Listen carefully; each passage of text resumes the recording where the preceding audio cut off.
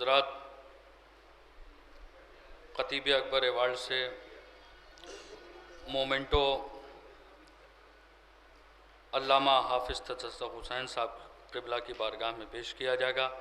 मैं हर्फ़ इल्तिमास लेकर हाज़िर हो रहा हूँ प्रिंसिपल मुसैयब नकवी साहब क़िबला से कि वो तशरीफ़ लाएँ और फ़र्ज़ंदे खतीब अकबर आले जनाब मौलाना मिर्ज़ा यासूब अब्बास साहब क़िबला से गुजारिश करूँगा और मुस्तफ़ा अली साहब से मुश्तबा हुसैन साहब से गुजारिश करूँगा।